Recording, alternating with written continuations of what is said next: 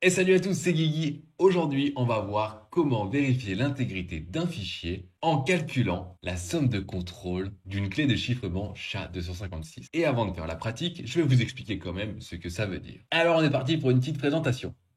Imaginons ici que Marcel veut envoyer un fichier à Louis. Il veut envoyer le fichier j'aime les tomates.iso. .iso, c'est une image disque, voilà. Pour ceux qui ne savent pas, comment ça va se passer? Eh bien, tout simplement, pour que ce fichier soit envoyé sur un réseau, il va falloir qu'il soit découpé en toutes petites parties, qu'il soit haché.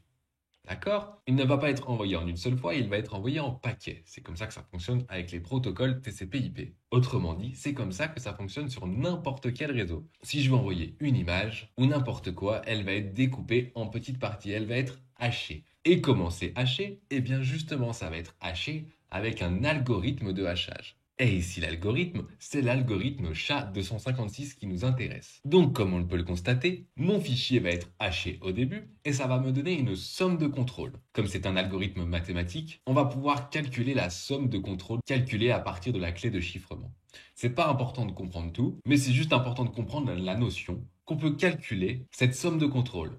Puisque dans ma première partie, Marcel va calculer sa somme de contrôle, imaginons que ce soit 23, il va envoyer le fichier via le réseau, qui va passer par plein de routeurs, plein de trucs comme ça, et qui va arriver à Louis, et là, Louis, il va également calculer la somme de contrôle de ce fichier. Et si c'est le même, par exemple 23 et 23, eh bien ça veut dire que le fichier sera intègre, qu'il n'a pas été modifié, ce n'est pas possible. S'il est parti en petits paquets bien organisés et qu'il est arrivé en petits paquets bien organisés, alors forcément, il n'a pas été modifié. Puisqu'avec cet algorithme, si vous modifiez ne serait-ce qu'une lettre dans un fichier, ça va modifier toute la somme de contrôle. Et ça va éviter par exemple une attaque man of the middle. Imaginons que Marcel voulait envoyer un message à Louis, mais que Bob l'interceptait au milieu et changeait de fichier mais sans changer le nom, eh bien Louis ne se serait pas rendu compte, sauf si justement il vérifie l'intégrité. Par exemple, dans ce cas-là, si Bob était arrivé au milieu et qu'on avait recalculé la somme de contrôle, eh bien elle n'aurait pas été la même. Et comme elle n'était pas la même, eh bien on aurait pu savoir que le fichier n'était pas intègre. Celui qui est arrivé n'était pas en fait celui qui était envoyé. Bon, j'espère que vous avez compris. Maintenant, je vous montre comment on la calcule sur Windows.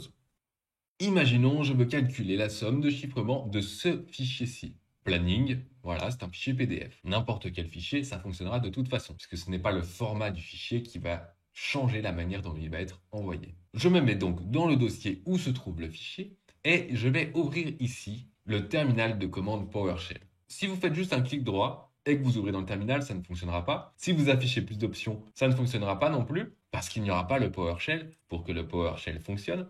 Appuyez sur la touche majuscule, d'accord, et refaites un clic droit à ce moment-là. Au début, vous avez l'impression que ça ne m'a rien changé, mais regardez maintenant, si je vais dans Afficher plus d'options, eh bien, je peux ouvrir la fenêtre PowerShell ici.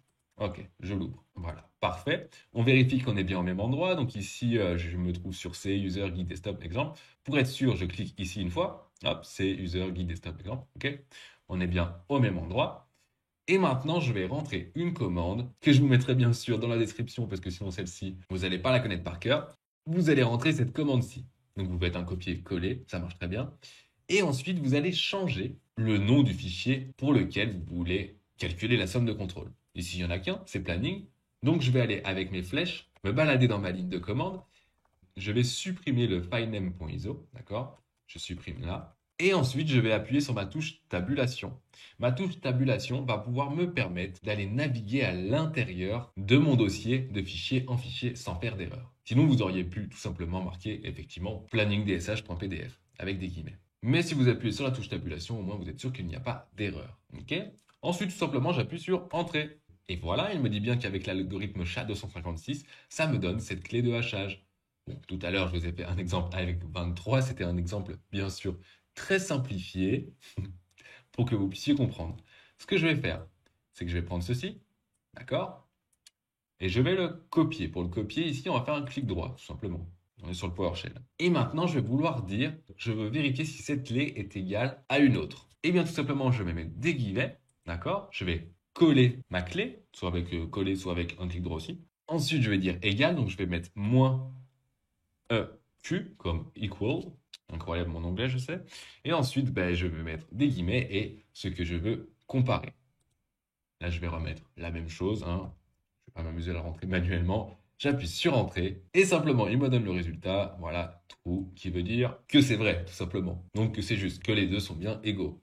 Et voilà, vous savez maintenant vérifier l'intégrité d'un fichier comme un expert. C'était un petit peu plus complexe que d'habitude, mais ne vous inquiétez pas, essayez et je pense que vous allez y arriver sans problème. En tout cas, si ce genre de vidéo t'intéresse, n'hésite pas à aller parcourir mes playlists, j'en ai plusieurs qui peuvent t'intéresser. Pour progresser en informatique en général, j'ai aussi un escape game un peu plus complexe et plein de choses. Voilà, n'hésite pas à aller parcourir ma chaîne. Et dans tous les cas, moi je te dis, va t'abonner si c'est pas encore fait. Et à très vite pour une prochaine vidéo.